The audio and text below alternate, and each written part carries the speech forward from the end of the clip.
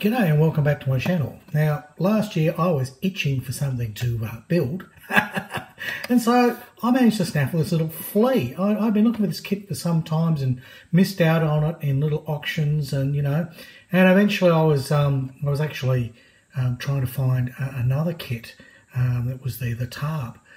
The old Edward, Flyhook Tarb. And I was talking to the guy and he said, I've got other kits here, what are you after? And I went, I'm after this and that and the other and gatepost, And he went, I've got a flea. There you go. And he actually had one. So I managed to score this. I've been wanting to build this for some time. Now this is tiny kit. There's my hand. So this is a tiny box. And the kit is even smaller. So let's have a look. Now, obviously, I built this.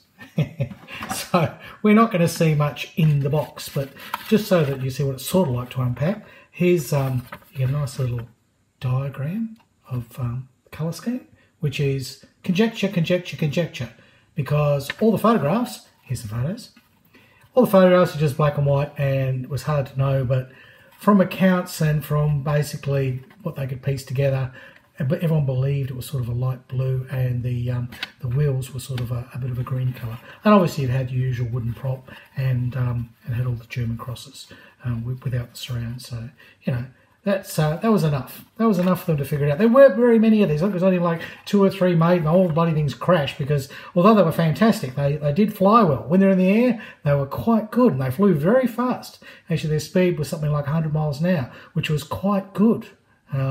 For that period, and it showed great promise. But the biggest problem was when they're landing, this big bloody wing here, right there, right in the bloody front of the pilot, he couldn't see a bloody thing. He could not see where he was, he could not see where to put the wheels down, and so the bloody things usually crashed. So that was a bit hopeless.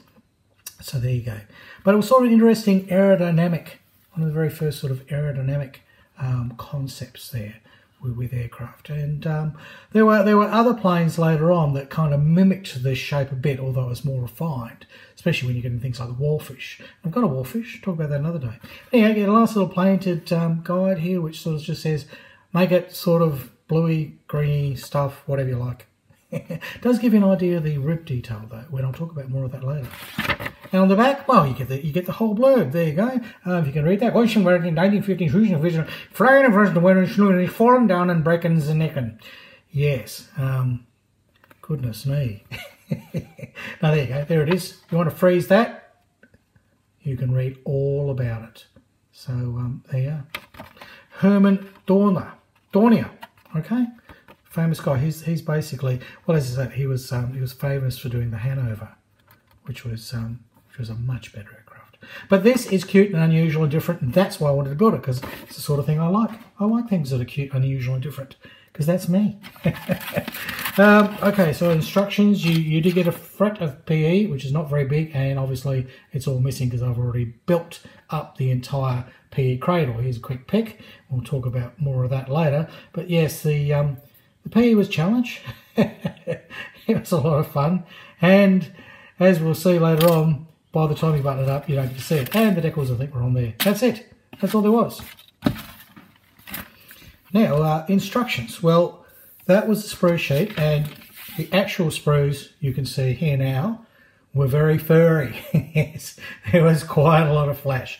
It was almost like a short run sort of kit. And in some ways it was. This was one of the very early kits that Eduard did. I can't remember the date. I might put it on the bottom of the screen if I can remember the exactly when it came out. But it was pretty early on, and yeah, it when you see the sprues, you go, oh, horror.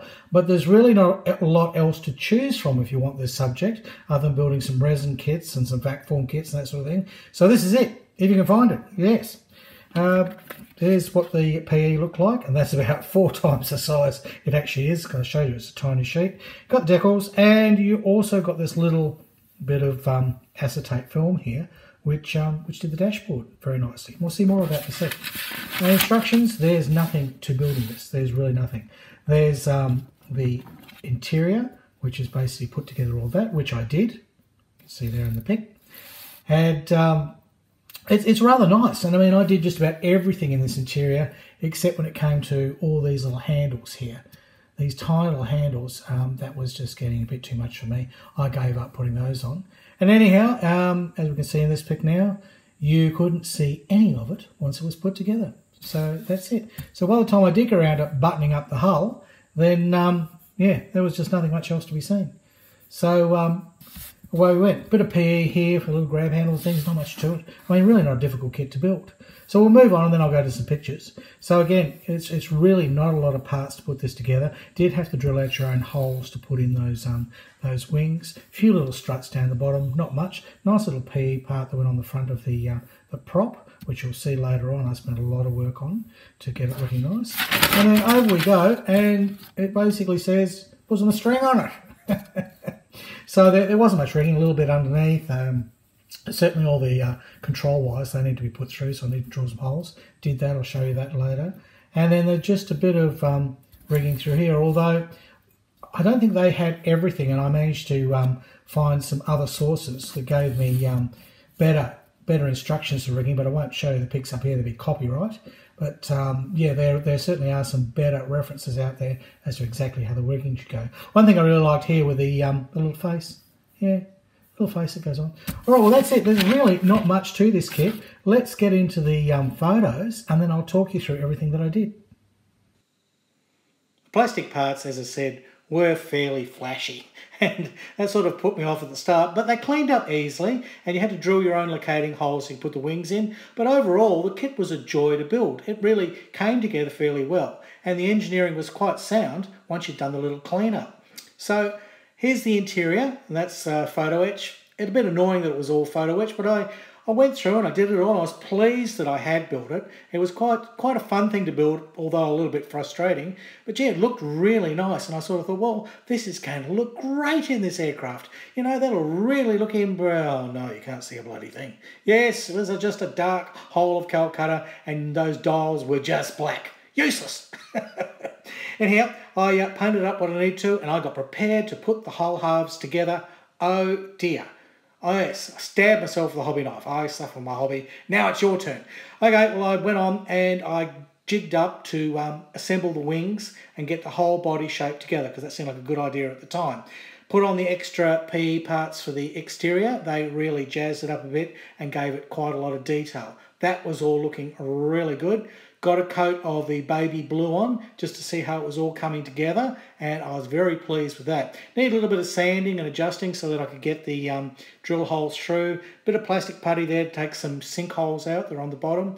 That was no problem. Now I moved on to the difficult part. This was doing the ribbing. I put those tapes on and then I sprayed to get this effect. That was pretty exciting. The underneath then, I reversed it and I taped out the spaces between the ribs, because obviously the ribs themselves would be shadowed, sprayed those, and then that gave me the whole effect underneath as though the sunlight was coming through but the ribs were in shadow. Of course, silly me, at this stage I realised I should have done this when the wings are off the body, because I had to hand paint on the ribs to that one wing. I couldn't airbrush in there, it was just too difficult. Silly me. Anyhow, got all that done, was all painted up. Oh, thank goodness, that was so much work. But then I had to do the piping around the edge of the wings. Now I got myself a nice little sable brush to do this, and I really taught myself how to use it because my hands are kind of a bit wobbly, but I eventually worked out a really good method for doing it, and I got all that ribbing done. I was so pleased and sort of surprised that I was able to do it, and the result was the flea was really looking the part, and I was so happy with it. And I thought, gee, that's nearly good enough to stop there, but no. I needed to do the prop. So again, back to the tape, doing the laminations with tiny 0.5 millimeter strips of tape, and then applying a dark brown over the light brown undercoat, and then following that up with some sanding to get it smoothed out. And then I added some panel lines colour to wash it out and make it realistic. And there, look, I was so pleased with how that prop turned out. By the time I got the decals on, I really thought, wow, this whole kit is starting to look terrific with the shading and the ribbing and all the work I'd done with it. But no, I wasn't finished. I had to suffer some more with some rigging. As I said, I had to put all that rigging on to finish it. And there it is. After all that, there's the little flea. As you can see, it's not very big at all. I mean, I've got little hands, and it's not much bigger than my hand.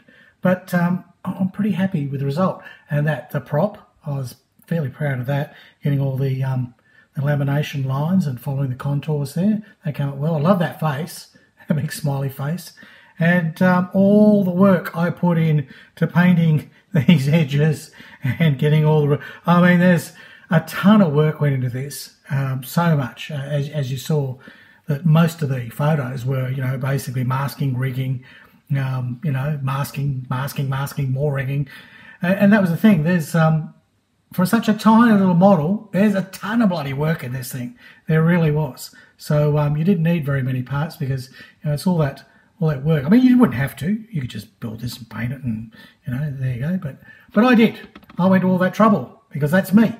All right, we'll end this video here, and I'll go out with a little montage of photos so you can sort of see and have a last look and a bit more detail of what's happening with my little Edward flea. Well, I hope you enjoyed that. All right, I'll come back next time. We'll probably get in some armour. It's been a while. We're going to do some armour, yes. All right then, it's goodbye from Australia, and it's hooroo from Harry Houdini.